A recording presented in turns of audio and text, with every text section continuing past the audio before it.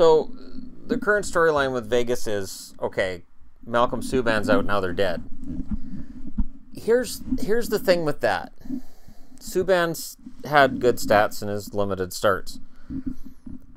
The cliff between Subban and Dansk, I don't think is as wide a chasm as that between Fleury and Subban.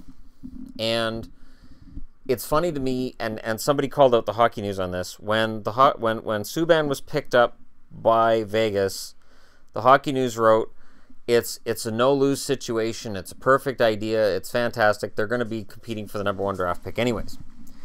Now that same Hockey News is saying, oh, they made a mistake losing Pickard, they should have kept Pickard. Well, what if Pickard got hurt on the same play? This is about 2 goalies getting hurt. The only way that this becomes an issue of Subban is if only Subban would have ended up with the groin strain, which is what it looks like, or a tear, or a tendon. So Pickard is a cyborg or something? Like, and I'm not trying to be funny. I'm not sure that I understand the turning on Vegas thing, and I haven't done that. It's an injury. The injuries happen. You can't look and go, oh, well, if they had this guy instead of this guy, they wouldn't be in this situation. Absolutely they could be. They'd still be looking at Dansk and Legacy. So here's the thing. Dansk was left for dead by Columbus, and I didn't blame them. And when Vegas picked him up, I'm like, well, that's ridiculous. That's not going to work. That's a horrible idea for a #3. They have Legacy in the organization. I'm like, well, Legacy wasn't going to play for Dallas anyway, so it's not really a big loss, and it really doesn't matter. But here's the other part of the equation. There are lots of good goaltenders these days in the NHL, and there are lots of good goaltenders in the American League. And the market for goaltenders is still, Vegas could go out. Let's just say that Dansk is just awful. Vegas could go to Ottawa, make a deal that Ottawa would take, in which Vegas gets Andrew Hammond from the Senators out of their AHL team. Hammond comes in, plays well for a couple of weeks.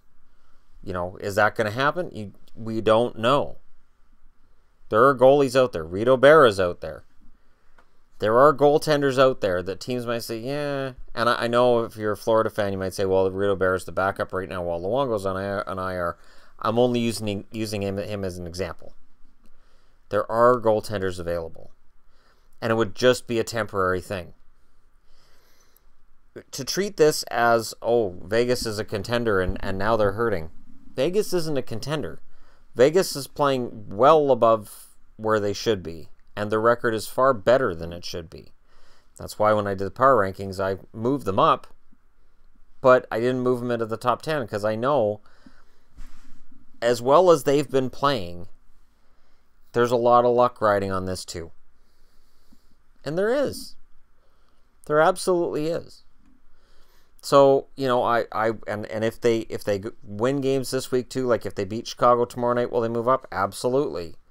But I'm taking a more methodical approach to it than other people who are like, oh, because of that record, they are at this point in the standings. It's not that simple. So having Subban out of the lineup doesn't necessarily mean that Vegas is going to take a nosedive.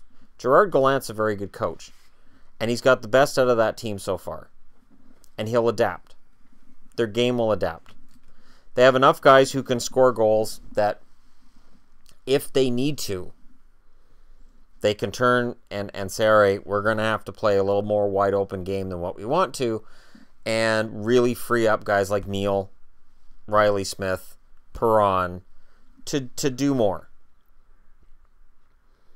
And if they can get a March or so going, if Lindbergh shows that he can score more goals than he has at the rate he has, if he can be a 30-goal scorer, you don't know. It's an expansion team. Weird, wacky things happen. If Shipachev suddenly becomes what they're paying him $4.5 million a year for.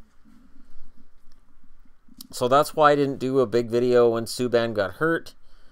I didn't make a big deal of it because, yeah, I mean, Dansk doesn't have any experience outside of relieving Subban, and Legacy has none. You know what? Subban's experience before Fleury got hurt was experience that led everyone to believe, myself included, that he was not an NHL-level goaltender. George McPhee, upon picking him up, said he wasn't quite ready for the NHL yet. McPhee is not concerned about making the playoffs. He's not concerned about moving up in the standings. McPhee knows what he has because he drafted a team that he knew was going to lose a lot of games. And I wonder to myself, is McPhee sitting up there and saying, cool, we've won X amount of games already? Or is he saying, geez, you know, we could end up getting a really crap draft pick this year? Like, which is he looking at? Is he looking at the short-term picture, or is he looking at the long-term? Is he looking at the long-term and saying, we don't have that superstar yet in our organization, it'd be nice to draft him? Like, Glass and Suzuki are going to be NHL players. Are they superstar level? Don't know. But if they could get a number 1 draft pick and draft Dahlin or Svechnikov, they absolutely are set. Or Veleno. It depends on who emerges as the number 1 guy. But that's the thing, too. The 2018 draft, relatively deep draft. Maybe that number 1 pick won't be as important. Maybe we'll have 4 or 5 guys competing for that number 1 spot. So, yeah, it sucks that Subban's hurt. It sucks that Fleury's out. But with concussion symptoms, you just don't know how long or short they're gonna go. And for Subban, it's supposed to be 4 weeks, which means it could be as little as 3, and it could be as many as 6. So I don't think it's the end of the world, because I don't think Vegas is going to emerge as a contender towards the end of the year. I think they'll play meaningful games later in the season than any of us thought they would when the season started. But there's a ceiling. There's a limit. Right now, they're above that ceiling. 6 wins in 7, that's well above where they were supposed to be. So they were going to come back to earth even if everybody's healthy. So, you know, it's one of those things, and maybe Dansk comes out tomorrow against Chicago and pitches a shutout.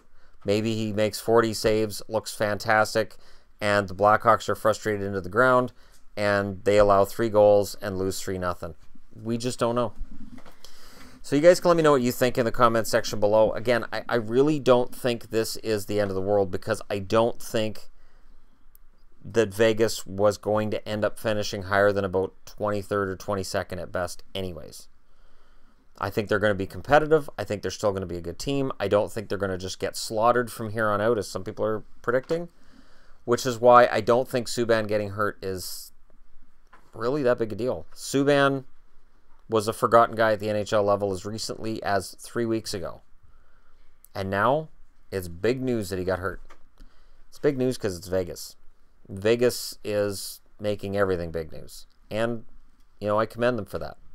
Let me know what you guys think in the comment section below. Hit like and subscribe if you're browsing your way through. Both buttons are your friends. And I will talk to you again soon.